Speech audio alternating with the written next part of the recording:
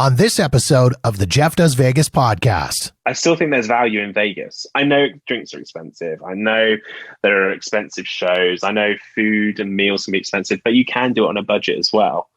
I just think it's a wonderful, wonderful place. In Spanish, its name means the Meadows.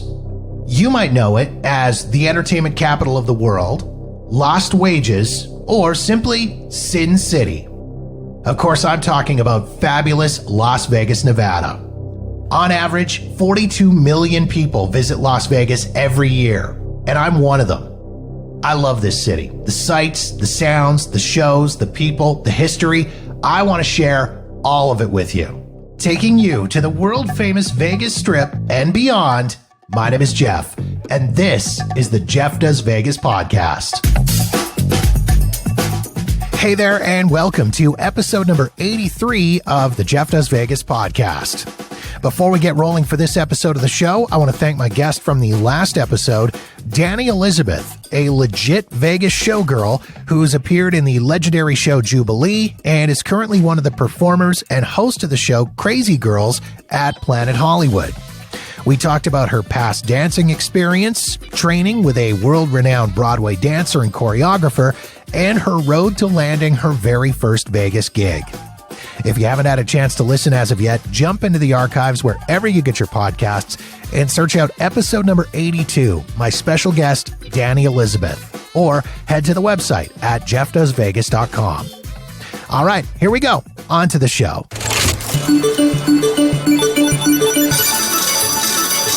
It's always fun having other Vegas fanatics on the show, and my guest for this episode of the podcast definitely falls into that category. Joining me this time around, all the way from across the pond, is Steve White, better known on Twitter as Las Vegas UK. If you've ever listened to the Zorkcast podcast presented by Travel Zork, you'll be familiar with Steve. He's the British half of the show and is extremely well-versed in all things Las Vegas. Steve and I had an awesome conversation chatting about everything from our predictions on potential changes coming to Las Vegas to our very first Vegas trips, the mistakes we made and what we've learned from them, to the rather unique Vegas guide that he's currently in the process of writing. And being that Steve is in the UK and on a full-on lockdown, and I'm in Canada with extremely strict quarantine measures in place, we thought it might be worth having a discussion about travel restrictions and the future of international travel to Las Vegas. Please enjoy my conversation with Steve White.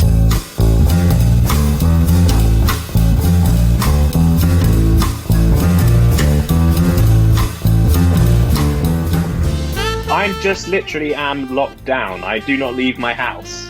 I mean, it literally is a lockdown right now. Everything here is closed. Schools are closed. Everything is closed with the exception of if you need to go out and buy food. We can't do anything. I can't even go and get my hair cut, which I'm quite glad I got it cut just before the lockdown came in. So it's not too bad this time. Last time we had lockdown, I had to resort to cutting my own hair at home, and that did not go well. So yeah, but we are well and truly locked down. Like if you were to travel, if I was to travel now, say 5 miles, 10 miles away, I could be fined. That's the level of lockdown we're in. It's like super crazy lockdown. Wow. But you know, there's a light at the end of the tunnel. We seem to be doing well with vaccinations. The Prime Minister seems to think we may be able to come out of this lockdown soon. So I'm just hopeful that we'll be able to. But we're working from home. I'm a teacher by trade. That's my day job. So I'm teaching online right now, which has been interesting. But hey, it's the situation we're in. It's the world we live in right now. Steve, I got you on with me here for a couple of reasons. First off, you are half of the duo that hosts the Zorkcast podcast on Travel Zork. Yes. You are the UK half, and you are the Vegas expert half. Well, I like to think I'm the Vegas expert. I'm not sure Michael would always agree. We have a lot of interesting discussion, shall we say, on the podcast. Yeah, but it's been great. I've been doing the podcast now for probably half a year, 6 months. I've known Michael for longer.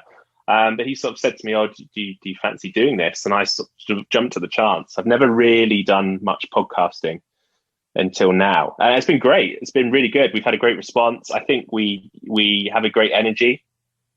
And we had some really interesting discussions too. So yes, check it out. Michael will tell me off if I don't say check out Zorkcast at travelzork.com. I've got to get the plug in. He's actually been texting me from he's on some flight to Boston from Palm Springs right now because he's obviously not in lockdown. He tells me I'm on Plague Island. He's been texting me saying, mention this. Go away. I think he's jealous. I think he's jealous that I'm on here and he isn't. Yeah.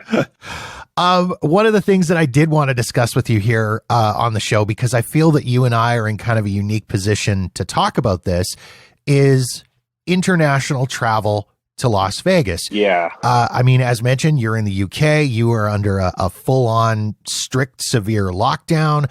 I am in Canada, where borders are basically closed. Travel is being advised against. There are very severe and very strict restrictions in place for people who do travel out of the country coming home. I know I'm jonesing for a Vegas trip in a huge way. I'm sure you are as well. Oh, yeah. When was the last time you were in Las Vegas? So my last trip was February 2020, which is actually quite late on, considering the sort of the shutdown sort of started in sort of March, April sort of time. So I was lucky, I think, to get that trip in. But I normally take multiple trips a year, and it has never been this long. And I am getting serious withdrawal symptoms, I can tell you. But I've had so many trips. I've had to recancel, rebook, move flights, I mean, the airlines have been great. I normally fly with BA, and they've been fantastic. They have issued refunds. They've issued travel vouchers. They've moved things. I have great relationships with my casino hosts. They've moved bookings around for me.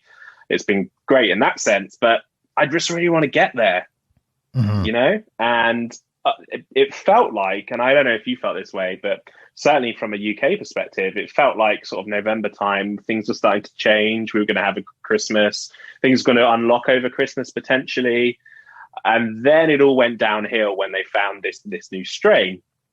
And everyone started blocking us from traveling to their countries, which I think was slightly unfortunate because and I want to point out I wouldn't have traveled because I think it probably would be irresponsible to travel right now because I have no valid reason to travel. However, I also think the UK, and obviously I'm biased because I'm British, was slightly harshly treated because we do so much sort of genome sequencing and we found a variant. Whereas some countries, they don't do hardly any, so they're never going to find these variants. So it kind of feels like you're being punished for doing a positive thing. But anyway, so that's kind of moved on now, and we're locked down and we're blocked from the US still. The former president lifted the ban, and then the new president put it back in place, which is probably, let's be honest, it's probably the right thing to do. Yeah. I think I was saying to you before we went on the air, I kind of feel like it's slightly unfair that certain countries have been banned and not others. I don't want to get into travel shaming and name countries. I think this country should not be allowed in or anything like that. But I think it is an oddly selective policy. But at the same time, as I've said, it would be irresponsible for me to say, I have a valid reason to travel. I need to go to Vegas.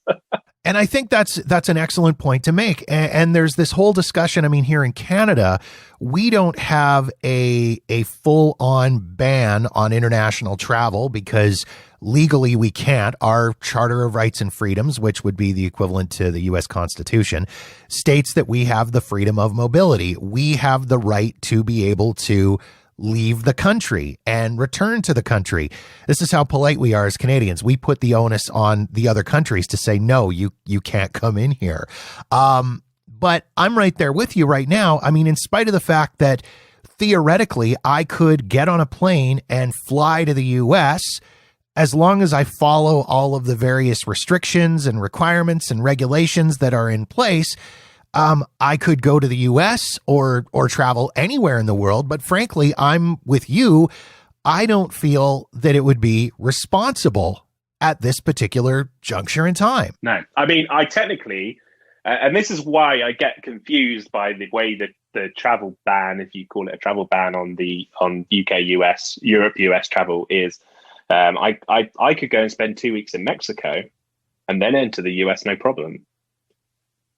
It would be the wrong thing to do, but I could do it. So there's lots of these kind of loopholes around it, which is why I think if you're going to have a policy against travel, which is probably the right thing to do, you can't be selective about where you choose to apply that. But I find it really quite fascinating, especially because over here it's very different to say in the US, where they have very they I guess can't say everyone has to wear a mask, right? They can suggest it, and they can say you have to wear a mask on federal properties or whatever, but they can't enforce it everywhere, right? Whereas in the UK, it works slightly differently.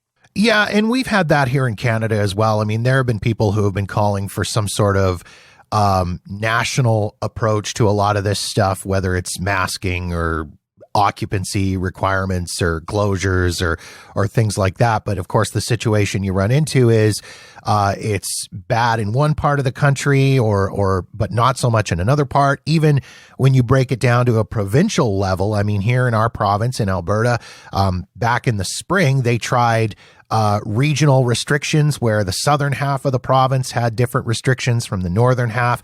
And it just turned into a situation where people from the south were going up to the north for things like haircuts and stuff like that. So it really kind of, went a little bit sideways on them. So I can understand where that approach, it may not work for everyone. So I guess the next obvious question then is, what do you think it's going to take to actually get people back traveling? I mean, we are moving forward on vaccinations. We've got masks.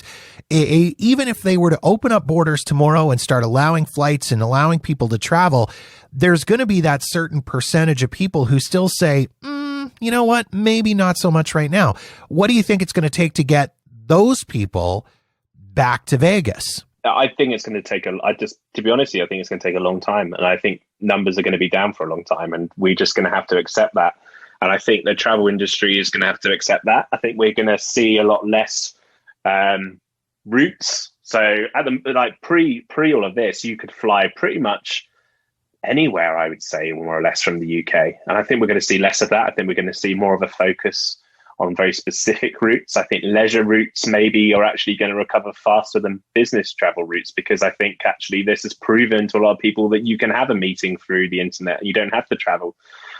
I think for me as a European, I think you're going to see a return of short haul much quicker than you will long haul. So I think people this year from the UK certainly are going to be more looking to travel, say, to Europe, Greece, Spain, those sort of holiday destinations that are big with UK people. Mm-hmm. Will we get back to Vegas this year? I hope so.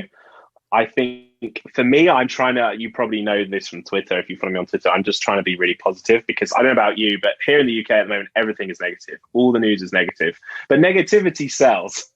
Right. So yeah. Newspapers want people to buy their newspapers. So anyway, I'm hopeful. We've got a good vaccine program seemingly running. I haven't been vaccinated yet. I hope I will be at some point in the next 3-4 months. Would I be willing to travel without a vaccine? I don't know right now. I honestly don't know. I would make that decision perhaps a week, 2 weeks before travel. Here's the thing. I think you're going to have to make those sort of decisions last minute. Mm-hmm. I don't think you can plan now. I think you have to. So for me, I would just keep moving my flight until I get there, and I will make a decision a week before whether I'm going to go or not, almost. And that's kind of odd thinking, because for me, it's a 10-hour flight. Right. You know? And I think in a weird sort of way, this is the most flexible we've ever had travel be in terms of airline policy. So you can do that right now. It's an impossible question to answer, really. If I've had the vaccine, I think I would go. Uh-huh. Yeah. And you know what? I'm kind of in the same boat. I mean, I looked back at the end of November, just before things were starting to ramp back up again as far as numbers and shutdowns and restrictions and such. And because I've always, for the last 6 years or 5 years, I guess, have done a Vegas trip for my birthday in December. I put together a whole plan of how I thought I could do Vegas safely. And I ran it past my wife, who's a healthcare professional. And I had a whole thing for masks and hand sanitizers and staying away from people and all this kind of stuff. And she looked at it and went, this is a lovely plan, Jeff, but let me remind you, you don't even like going to the grocery store. How are you going to leave the house and take 2 airplanes and airports and hotels and people and restaurants and all of that kind of stuff? How are you going to physically deal with that? And I just kind of went, yeah, you know what? You're right. This is the other thing, isn't it? And actually, it's interesting you bring that up because no matter how much I want to travel, I've got to think about my family too. I have a baby at home. Mm-hmm. You know, if my wife said to me, I'm not comfortable with this, then I wouldn't go. So that's another thing to consider with this whole sort of pandemic situation. Is kind of not just about what you want to do. Mm-hmm. You've got to think about the people around you. Do you have elderly relatives that you regularly see? Does that put them at risk if you were to travel? I don't know. I feel like things are getting better with the testing, but then everyone's looking at different tests. Yeah. If you can do a rapid test to get to the States, but that's only 60% effective, is that right? Or should everyone be doing these PCR tests that are like 98%, you know? On the other hand of the argument, well, some testing is better than no testing. So it's a minefield right now, and I just don't know. I don't think anyone knows. This is why we're in the situation we're in, because governments don't know. Mm-hmm. And I here in the UK, it's U-turn after U-turn with policy. I don't know what it's like over there, but it's just changing all the time. By the time this goes out, it'll probably change again. Yeah, exactly. So, and that's a fair point. And that's something I get the frustration on that level of the constant changing of policies. But at the same time, it's that constant, we don't know from one day to the next how this is going to evolve, how this virus is going to change. If there's going to be all of the sudden, there's a Canadian variant of the strain and Canada shows up on everybody's hit list. You don't know how this is going to go. Then the question is, do you then think, okay, I've got this window of opportunity. Let's say come the summer, cases are right down. You think, well, do I go now? Because I can. In 3 months' time, is it going to be super high again? Are the cases going to be up again? So it's really difficult. Well, and the other side of that is if the opportunity does arise, who says that window of opportunity is going to remain open? If there's one thing that we have learned through this entire 10-month-long pandemic situation is that things can literally change overnight. Situations can change. Regulations can change. Yeah. And this is something that I've kind of been imploring to my social media audience and even my friends and family who've been asking me whether or not they should be looking at travel. I mean, we ran into a situation here in Canada where at the end of December, our government said, okay, if you want to get on a plane and fly home to Canada, you have to have a COVID-19 test within 72 hours of travel. It needs to be negative. You have to have the results before you get on the plane. It has to be this certain type of test, which left people who were out of the country against government advice scrambling to try to figure out where to get tests, how to pay for tests, what kind of tests to get. Are they going to get the results back in time? All of this stuff. And now some of them are quote unquote stranded on their vacations, whining about it on the news, whining about it on social media. Meanwhile, they have literally been told, avoid non-essential travel. Well, the thing is as well, I don't know, but here all travel insurance is invalid if you travel against government advice. Yeah. So at the moment, we're being told not to travel. So if I was to travel, say, to the US and I got COVID, my travel insurance does not cover me, you know. Yeah, things have been a little bit different here in Canada. I know the airlines have managed to roll in COVID insurance as part of the cost of the tickets. They actually include it when you buy an airline ticket. There's a lot of limitations and stuff on it, as you'd expect. You know, it doesn't cover things like pre-travel tests or anything like that. And the coverage that it does offer, if you end up in the hospital with COVID, is, I think it's $150,000 max, which sounds like a lot until you break down the fact that you hear about people who run up $300,000, $400,000, $500,000 in medical bills whenever they end up in the hospital down in the US. So I guess what a person really needs to do is essentially assess what level of risk they're willing to take in order to travel.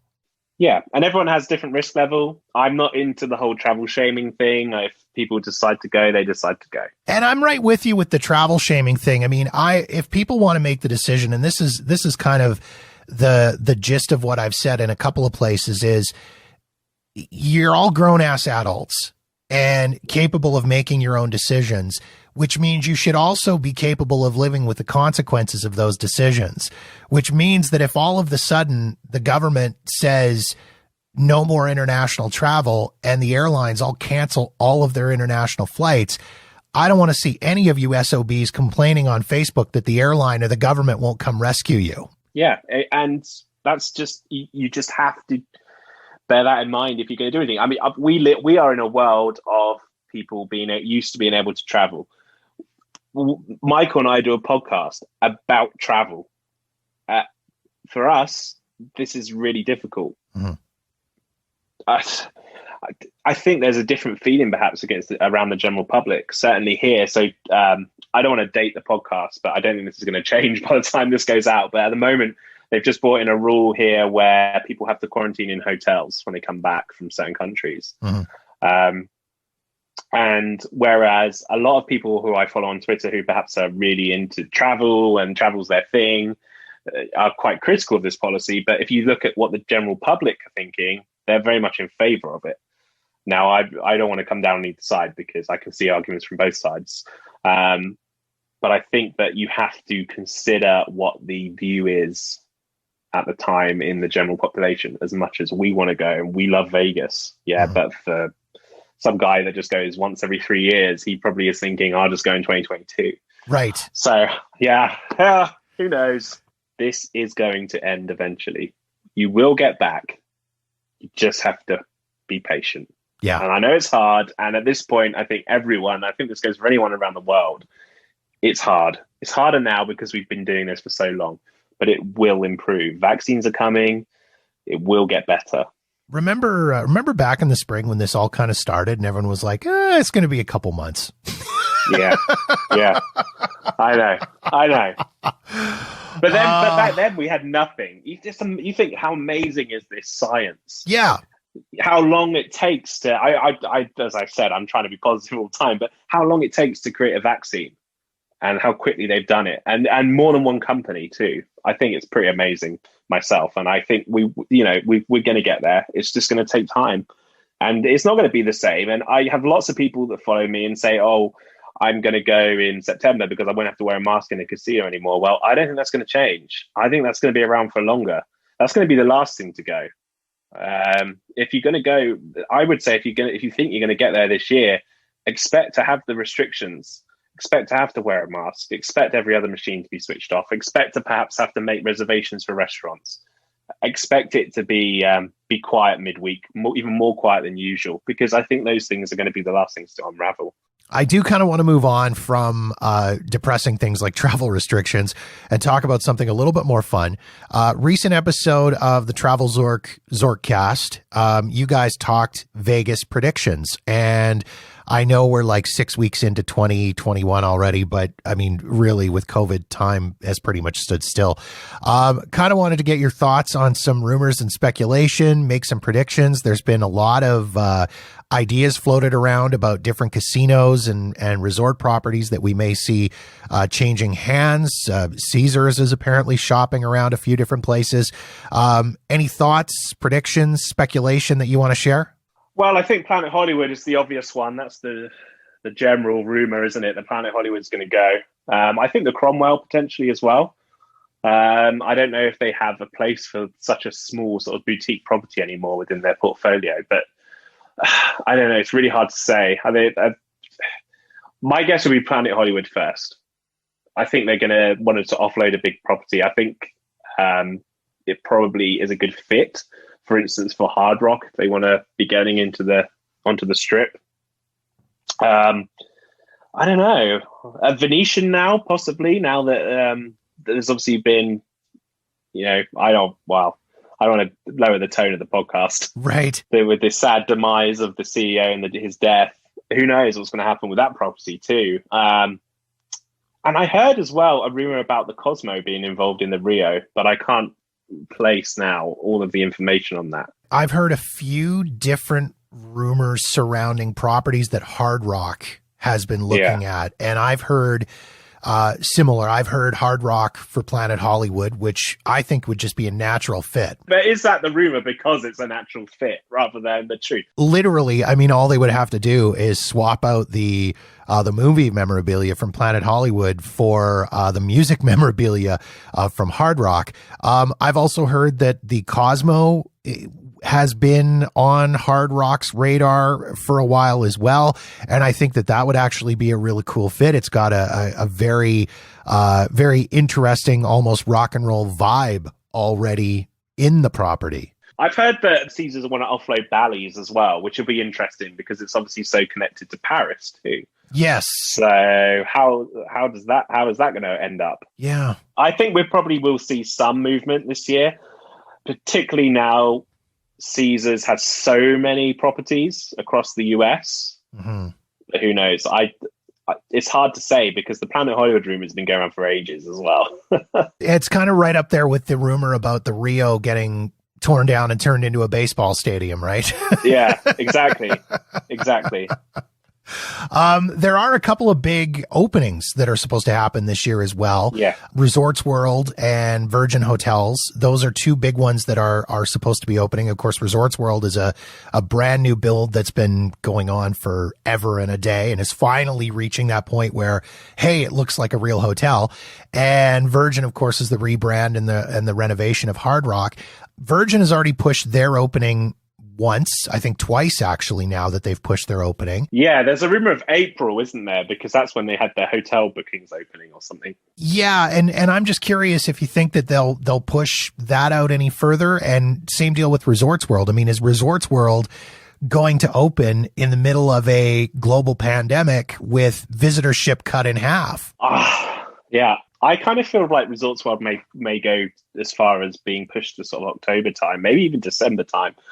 That seems to be like, if you look back at history, that seems to be when a lot of casinos open, sort of late October into December. Who knows? I mean, initially I thought the summer, but I don't think that's going to happen now. I think it will definitely be later than that. And I think with Virgin, I think we'll see that pushed again too. I just don't think the climate's right now. Yeah. You know, they postponed it once. I see them postponing it again personally. And probably quite late on too. Probably like March time, they come out and say that we're going to postpone until August. I just think that, I think we're just going to see rolling postponements. I think they're going to keep doing it until they feel the time is right. It'll happen this year. Yeah. I think it's not going to go into 2022, but you also have to wonder too with Resorts World, because they were focusing very heavily on their Asian clientele.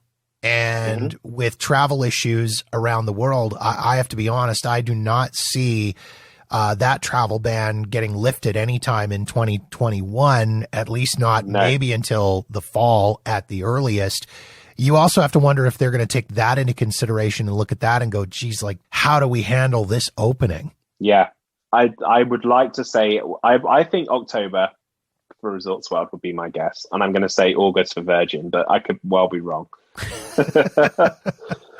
I wanted to talk a little bit about Circa as well. Yes. Now, I obviously haven't been because it's opened once, like, since this whole thing started, which is kind of crazy in itself, opening a hotel during a pandemic, right?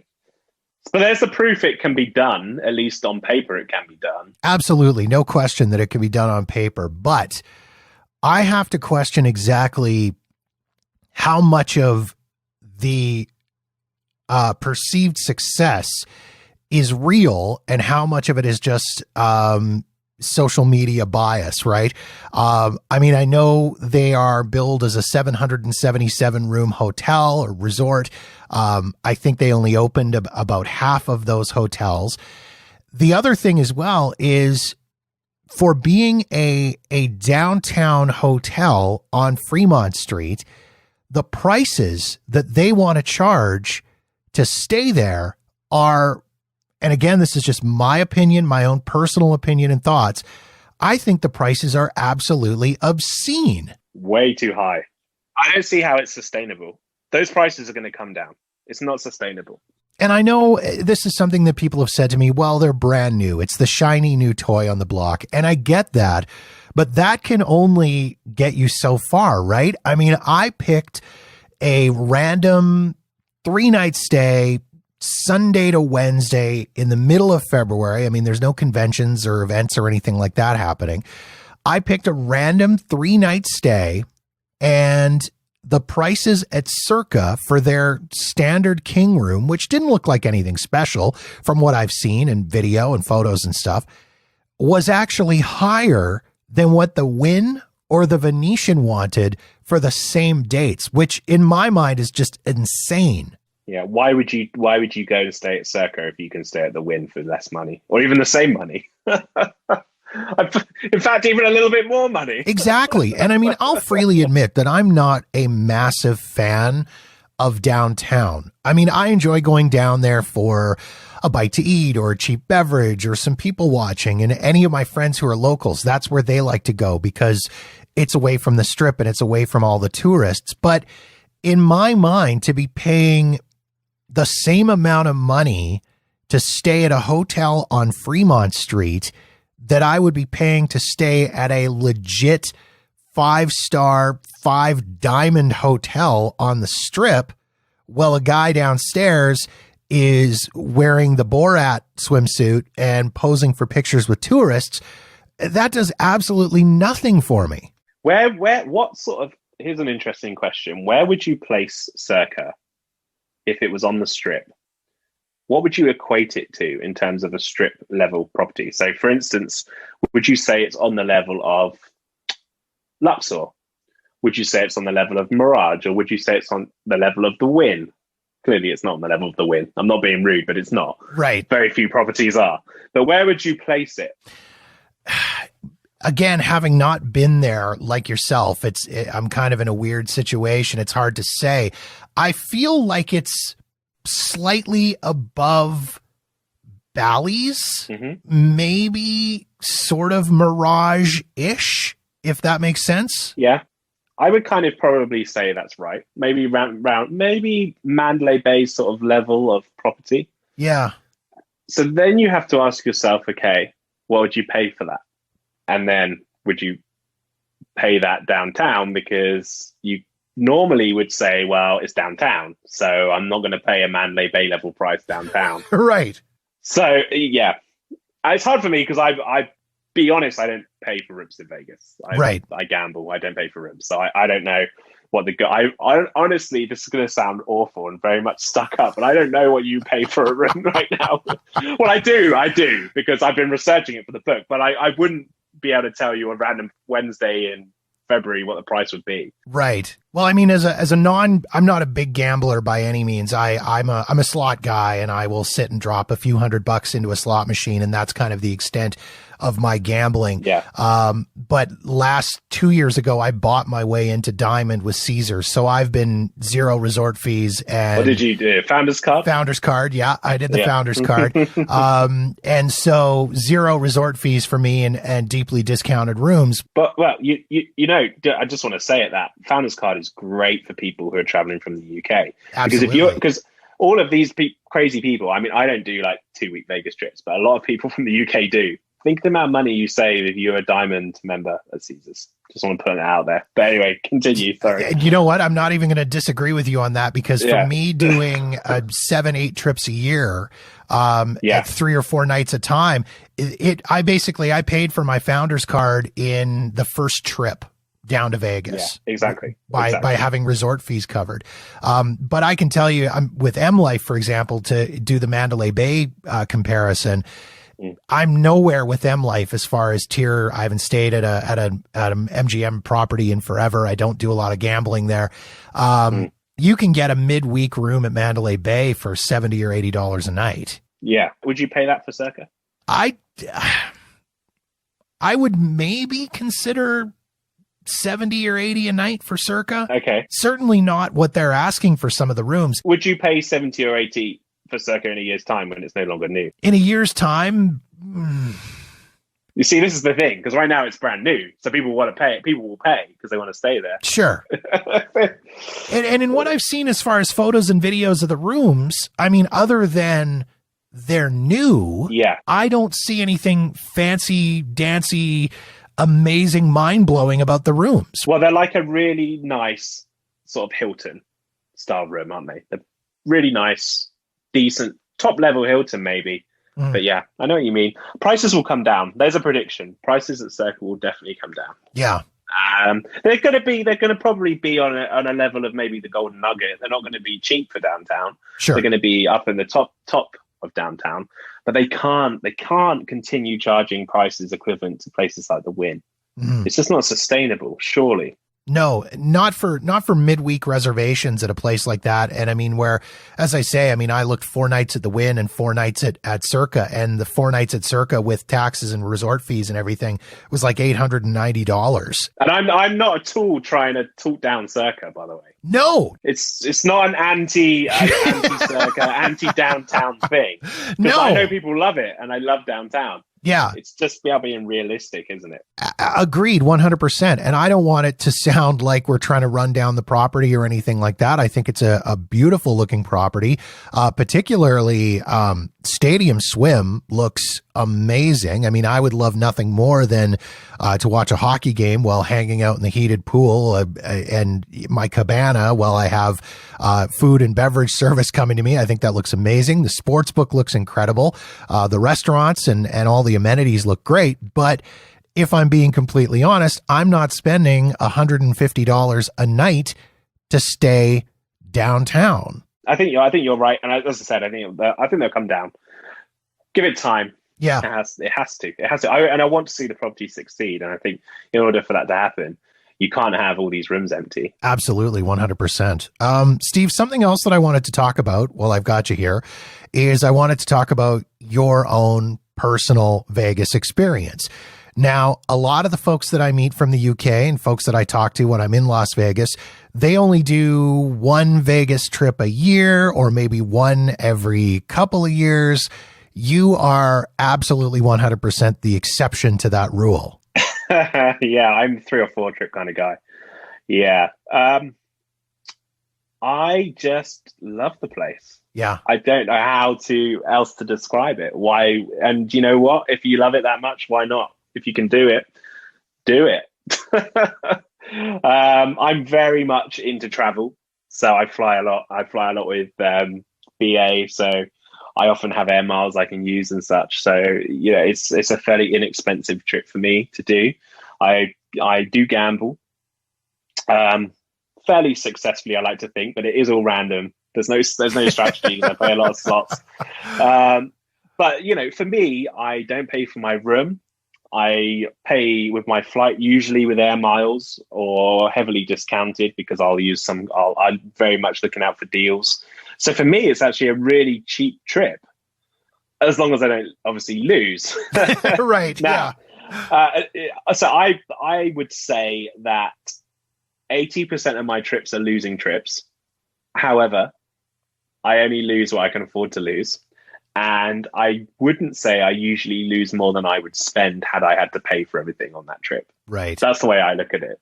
Yeah. But it is a long flight. It's a 10-hour flight. But I love being on a plane, for instance. So for me, the plane is the start of the trip. When I get on the plane, I often will stay at the airport hotel the night before, even though I only live like 2 hours from Heathrow. So it's kind of stupid. But I like to just get up in the morning, know I'm there, don't have to worry about parking the car, can have a few drinks the night before, get into that sort of holiday mode, vacation mode, holiday mode. So yeah, for me, it's the place to be. It's the place to go. And I don't think you really can get that level of service and that quality of hotel elsewhere for the same amount of money. Even if I was paying, I still think there's value in Vegas. I know drinks are expensive. I know there are expensive shows. I know food and meals can be expensive, but you can do it on a budget as well. I just think it's a wonderful, wonderful place. That's an interesting point. I've had this question a few times, and it's always one of the common questions I see that pop up in the different social media, Facebook groups and stuff that I'm on, where people will ask, well, what kind of a budget should I have for Las Vegas? And my answer is always, whatever you want to make it. That's the beauty part about a trip like Las Vegas, as opposed to, say, somewhere like Disney World, where everything is a set price and it's going to be expensive and it's going to cost you an arm and a leg. Whereas Las Vegas, you can go and stay at the Excalibur for $40 a night, Or you can go and stay at the Venetian in a suite for $300 a night or higher. You can eat in food courts and buy sandwiches at Walgreens, or you can eat at fine restaurants the whole time. It is a literal choose your own adventure vacation. Yeah, it is exactly right. And it's exactly what you make it. From the very beginning here, you could fly economy class with BA and find a really good deal on their sale. You could go and stay at Excalibur for 2 weeks and have a fantastic holiday that would probably cost you no more than it would cost to travel from the UK to somewhere in Europe. You just have to look at very carefully and look at deals and think about when you go, but it's perfectly doable. So yeah, people are often really surprised actually, Matt, of how often I go. But I guess going and as a gambler and having the comp rooms, not really having to pay for your food and beverage, it makes a difference. But then you have obviously the chance of losing everything. And I have had trips where I've lost everything. But you've got to just, you've got to go with your own limits. Just out of morbid curiosity, and I always like to ask this when people talk about being slot players and playing a lot, what's the biggest win that you've had? My biggest hand pay is 6,000. Yeah, nice. I came home up 10K that trip. Nice. But then I've had trips where I've come home down. Right. I don't like to go too much into numbers, but the way I also do it is I don't change back my money, so I'll just put that back in. That's the bankroll for the next trip. I never would lose everything. You're not putting the mortgage on the table when you're never. And that would be the wrong thing to do. That would be seriously wrong thing to do. Now, when you head to Vegas, are you generally solo, or does your wife come along, or do you travel with friends or buddies? Always solo for me. Yeah. I go to Vegas solo because it's not my wife's place. We'll go away for a couple of weeks somewhere nice in France, whatever. It's not her bag. Absolutely fine. I will meet up with people once I'm there.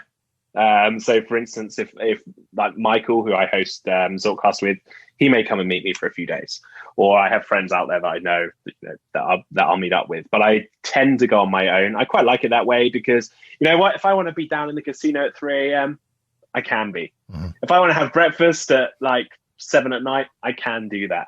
You know, I quite like the solo trips. And I'm also very British. I'm like, why are you sitting next to me when there's all these slot machines? Why on earth have you chosen this one next to me? Go away. So COVID for me, like these COVID restrictions are going to be great because they're like, no one can come near me. Yeah, that's what I kind of said with all of this. It's like I'm already kind of antisocial and not a fan of people. So this is possibly the greatest thing in the world that's happened to me. Have you ever been to the UK? Yes, I have. Have you been on the London Underground on the tube? Yep. Because nobody talks to each other and nobody makes eye contact. You just have to sit there, and if someone looks at you or speaks to you, you look at them like, why are you talking to me? This is not a thing. Which is very different to what you experience when you go to somewhere like Vegas and the US. People are very friendly and they want to talk to you. So it's like, oh, don't talk to me. Yeah. I'm scared. Yeah, I mean, I completely get the allure of the solo trip. I've done all of the various variations on the Vegas trip. I've done the trip with friends. I've done the trip with my spouse. I've done the couples trip. But of all of them, I love the solo trip. As you say, you don't have to be responsible to another human being. You can basically do whatever you want. And the great thing is Vegas is somewhere where it's perfectly normal to be on your own. It's perfectly normal. You don't feel out of place going into a fine dining establishment and being on your own. No. If you want to sit at a bar, you can. But if you want to sit at a table on your own, that's absolutely fine too. I also think that Vegas is set up for for every kind of traveler, in fact. Mm-hmm. Yeah, it works as a solo trip really, really well. Something I always enjoy hearing about from the various vloggers and bloggers and podcasters that I've had on is the very first Vegas trip they did and the mistakes they made and what they would do differently if they could go back and do it all over again. I'd love to hear about your very first Vegas trip. Yes, mine is particularly sort of cringy. Yeah, I definitely made some mistakes. I told this story about 6 months ago, actually, when I started doing Zortcast. My first property I stayed at was Treasure Island. That's not too bad. That's actually, I think Treasure Island is a great place to stay if you're a first timer because it's relatively good value. Yep. Because bear in mind, if you're a first timer, you're not getting comp rooms and stuff, so that's out of the equation. It's a great location for exploring Vegas. So happy days. So that's not too bad. It's not like I stayed at Circus Circus. Listen, don't even start with me. I'd say. So yeah, my first trip, I stayed at TI. I guess the mistake I made is I did all my gambling at Caesars. So, and I booked through Expedia. I didn't book direct with the hotel. I did a whole sort of Expedia flight, travel included kind of thing. So I didn't maximize my potential comp value, I guess. Mm-hmm. And so I guess that's the advice I try and give people now is, think about where you're playing. If you're going to gamble, you might as well gamble where you're staying because you may, even if you get your resort fee knocked off at the end, that kind of thing. So I made all those sort of mistakes. But you know what? I had a great trip. Mm. And I got the Vegas bug. So it clearly wasn't that big a deal. Right. And I actually came home up on my first trip. And I at the time, I don't want to go too much into bankroll, but I didn't have the bankroll I have now. And I wasn't gambling how I gamble now. I hit a hand pay on my first trip at Dollar Video Poker. Terrible pay table as well, because this was like in Caesars. I had no idea. And I hit a hand pay like the day before I was set to come home, which basically put me right back up on the trip. So it was a great trip. Yeah. What about yours? Yeah, I've told this story on other podcasts that I've appeared on. My first trip was 2003. It was my wife and I. It was our first ever big, quote unquote, big vacation together as a married couple that didn't involve traveling to go see family or anything like that. We stayed at Circus because it was cheap. And I'm pretty sure that the travel agent we booked through got a really good commission. We made all the typical first timer mistakes in that we paid full price for things. We booked our show tickets ahead of time and probably paid way too much for all of them. But that's what you would normally do if you were going anywhere else, because that's how you normally would get a good deal. It's just Vegas is different. And that's what I try to tell people. Mm-hmm. And I think that's kind of the same advice that I give people now too. I love the tip about telling people to figure out where they think they're going to gamble the most, because as you say, if you gamble where you're staying, or at least in the same chain. Yeah, you might as well. If you're going to gamble anyway, you might as well. Exactly. And then I also too, I tell people don't stay at Circus because it's even worse now in that, at least when I stayed there in 2003, there was still, I think the Stardust was still there and the Frontier was still there. And so there were still hotels between Circus and Fashion Show Mall, as opposed to now where that side of the road, there is nothing. There's so many great properties now as well in the center of the strip that you could book. Like I'd always tell people, I said TI. Harrah's is a great one now. They've renovated all of their rooms. The rooms look super nice. All of those Caesars properties around there are really quite good now, actually. And I also say to people, look, I always say, are you going to ever go again? It was a silly question, really, because everyone wants to go again after they've been to Vegas, right? But, I also say to them, well, go and stay at Caesar's Palace. Go and stay at the Bellagio. If that's what you want to do, if that's what's going to make your trip special. Also, if you're going your first time, you're paying to stay somewhere like Bally's, let's say, it's probably not that much more expensive to stay at Caesar's in terms of value for money. Yeah. And what you're getting for your money. So a lot of people from the UK stay at Excalibur or Luxor because that's what the big travel companies over here tend to push. And I'm talking like 2 week stays. Now, for me, 2 weeks in Vegas would kill me. Plus, I'm a gambler, and I say to people, shorter trips are better because you don't want to spread your bankroll too thin, etc., etc., etc.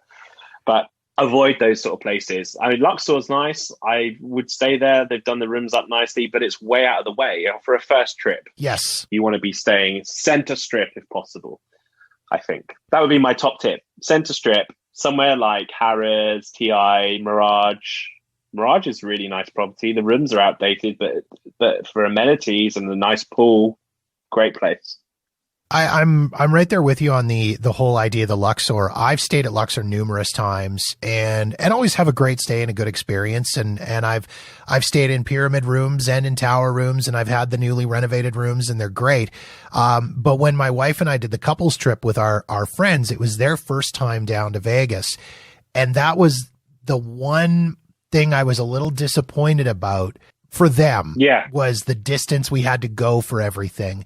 I much rather would have been able to stay or preferred to stay at Bally's or Flamingo, somewhere center strip that again would just be more accessible to everything. And same deal, as you say, for a first timer, for sure. It's the same as the people that I'll see that'll be like, oh, well, I see a really good deal at the Sahara. It's my first time to Vegas. Should I stay at Sahara? No, do not do it. No, don't do that. Don't do it. I mean, it's actually a perfectly nice hotel, but no, don't do it. No, you're a million miles from everywhere. Yeah, like I'm a massive Mandalay Bay fan. I've had some really nice trips there. I have a great relationship with a host there. But that's good, fine for me, because I've been to Vegas multiple times, many times. Would I want to stay there as a first timer? Well, no. It's really nice. If Mandalay Bay was in the middle of the strip, it would be super expensive because it's a really nice property. But it's in the wrong place. Location. Yeah. I want to talk about, you are in the process of writing a book. Yes. Which is very, very cool. It's kind of crazy too. Yeah. I mean, it's one of these things where I think everybody has said, and I'll admit I've said, I should write a book. Never even remotely have I open Microsoft Word and I look at that cursor blinking at me tauntingly, and I'm like, no, F it, forget it. I'm on to YouTube. I go. But you've actually, you're doing it. So tell us about this book that you're doing about Las Vegas. Well, I am writing a book that is kind of like an alternative travel guide meets personal memoir about my experience of Las Vegas and how I like to do Vegas and how I think people should do Vegas. It's from a British perspective, but it doesn't mean it's only for Brits. It kind of, I think, has quite a wide appeal. But the way I would describe it is, this is how you avoid making all of those mistakes that I made on my first trip. And it's kind of gives you some advice on more than just the hotel stuff. It has all that in there. So all of the I talk about all the hotels. I've just been writing about Casino Royale, which has been like, you talk about looking at a blank page and having the cursor. I was like, oh my God, what am I going to say about Casino Royale? How am I going to write this without it sounding like I'm just crapping on them? No. So anyway, I've written about all of these properties, but I've also talked about, okay, how do you maximize your comps? Which players clubs are best? How do you play blackjack? How do you play craps? So we've got gambling guides in there. I'm talking about I've got a whole section on how do you do Vegas on a budget? Where should you go in Vegas that's off the beaten track? I'm just trying to think now what else is in there. Best restaurants to visit at all levels. How to maximize your experience, I guess, is really the overall gist of the book. And who knows, it could go horribly wrong, but it's 85% written. It's going to be printed, whatever happens. So 85% written. It's it's too late to turn back now. Yeah. And the reason I started writing it is because I couldn't go to Vegas and it was the middle of lockdown. I thought, you know what, I'm just going to just write this. It's going to be fun. I'm never going to publish it. I'm just going to write it. And then I thought, you know what, this could have something in it. It's actually going well. I'm 40,000 words into this now.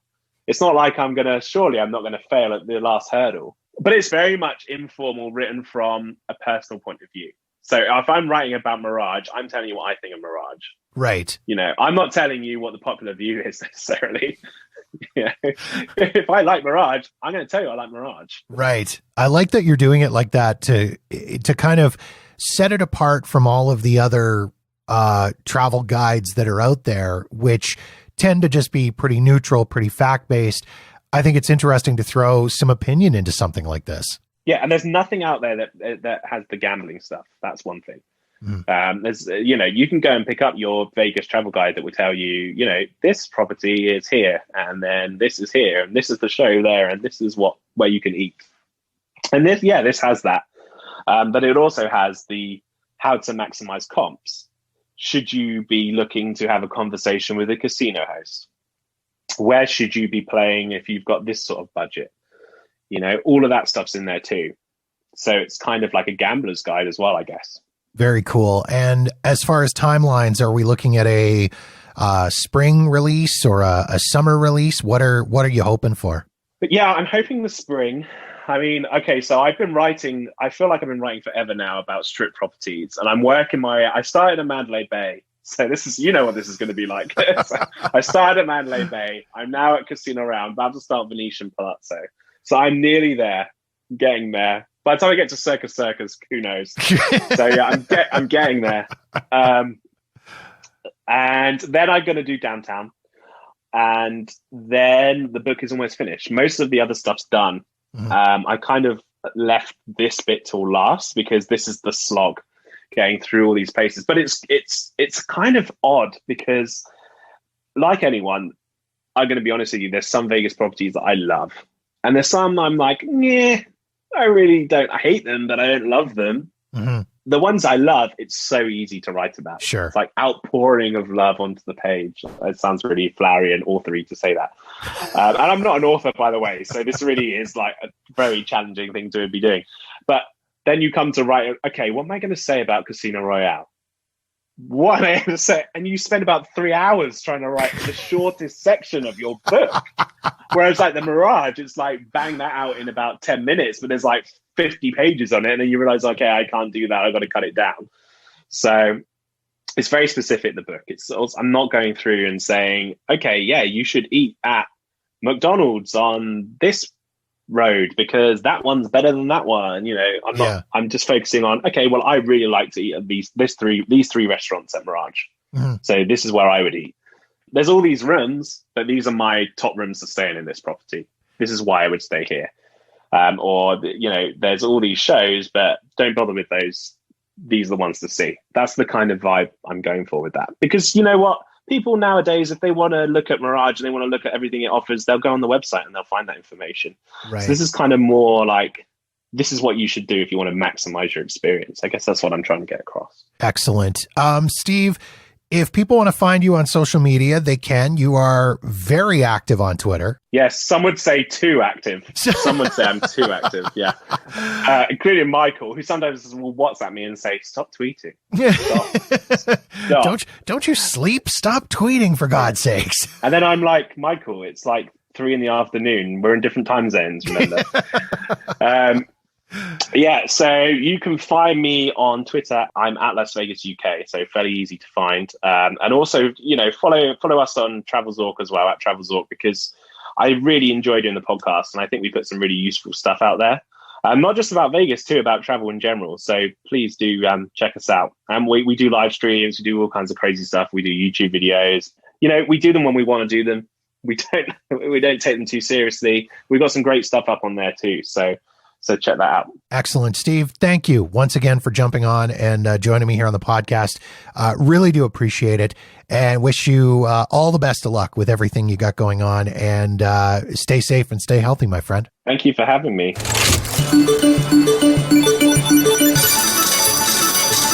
Once again, make sure you follow Steve on Twitter at Las Vegas UK. Also, don't forget to check out Steve along with his partner Michael Mason Traeger on Zorkcast, the official Travel Zork podcast, which you can find wherever you get your podcasts or online at travelzork.com. Of course, all these links will be in the show notes at jeffdoesvegas.com.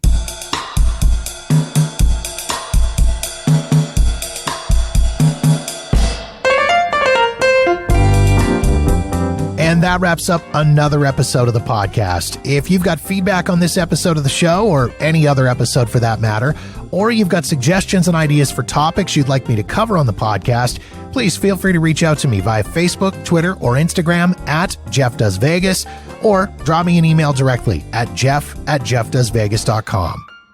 In the meantime, thank you so much for checking out the show. Be sure to subscribe for free wherever you get your podcasts so you'll know the moment new episodes are available. And don't forget to visit jeffdoesvegas.com for past episodes and show notes. My name is Jeff, and this has been episode number 83 of the Jeff Does Vegas podcast.